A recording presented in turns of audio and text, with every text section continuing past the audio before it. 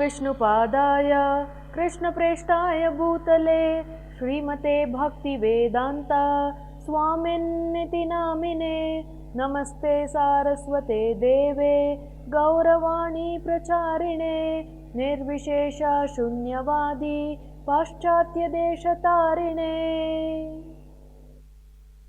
Hare Krishna everyone. So we are discussing 16th shloka from chapter 4 of Srimad Bhagavad Gita. We have already started this discussion in the previous 2 episodes. So please watch them and then come back so you can understand it better. So in the last episode, I left you with a thought. And what was that thought? That second line here where Krishna is saying, Kavayopyatra mohitaha. He's saying even Kavi. Kavi in this case not necessarily is poet per se, it means intelligent people.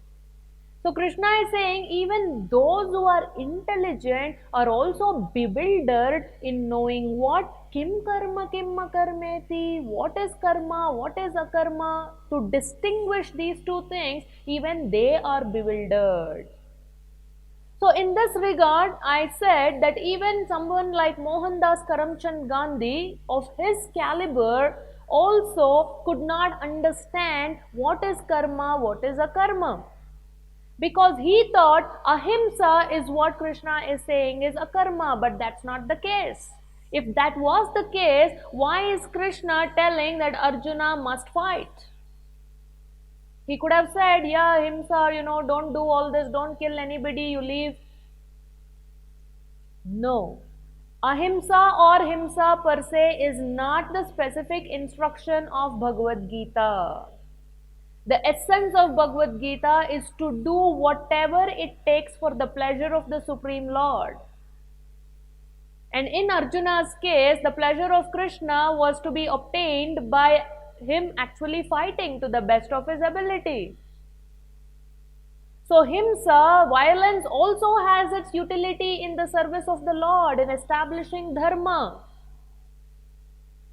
What if a doctor says, oh, so much of bloodshed, it's going to cause a lot of pain for the patient. I'm not going to do this surgery. I'm not going to cut open the stomach.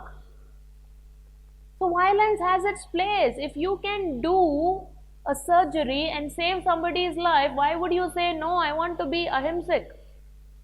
What if a king says that I want to follow ahimsa? I'm not going to punish anybody in the state. There will be such chaos, such havoc in the society. In fact, isn't that what is happening in the present day also? When there is a rape case or something like that, we say that the government is not strong enough to punish these people. We are saying that the government should be violent enough to punish the aggressors swiftly. So violence also has its utility. So my point here is even somebody of the caliber of the greatness of Mohandas Karamchand Gandhi could not understand kim karma, kim akarmeti. What is karma, what is akarma, then what to speak of other ordinary people. Now you may say, so what is the hope here? How do we find out about these things? One is of course getting the scriptural understanding, and number 2, accepting a guru who can actually clarify all these things for us.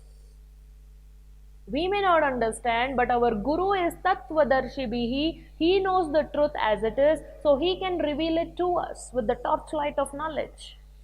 And also, we can walk in the footsteps, we can follow in the footsteps of great Mahajanas. I have already described this elaborately in one of the previous videos. There are 12 Mahajanas. Just like we have role models in various areas of life, even for progress in bhakti, for our spiritual progress, we need to look up to role models. Like Parikshit Maharaj, like Shukadeva Goswami, like Prahlad Maharaj, like Lord Shiva, like Yamaraj, Bali Maharaj, Bhishma Pitamaha. So there are so many, 12 Mahajanas, so we can walk in their footsteps. We can see what did they do. So let me follow accordingly.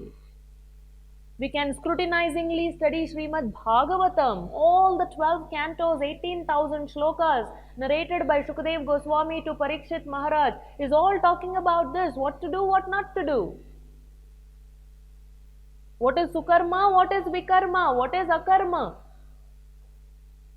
So this is how, these are some practical ways how all these things will become crystal clear for us. So that way we can walk on a path that is guided by the torchlight of such wonderful wisdom.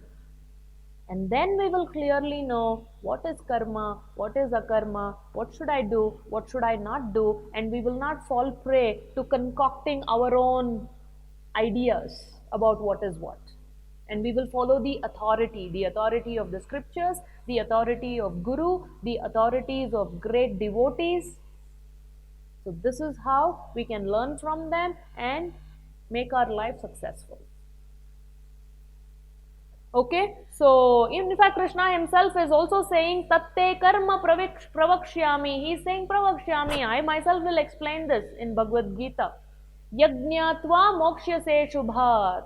Yajnatva. Once you know this, Arjuna, then what will happen? You shall be liberated from all the sins, all the ashubhat. Okay, so that is about 16th shloka. So let's come back in the next episode and we will discuss a brand new shloka, very very important. The same line of thought is going to continue there also. That is the 17th shloka. But until then, you take care. Hare Krishna.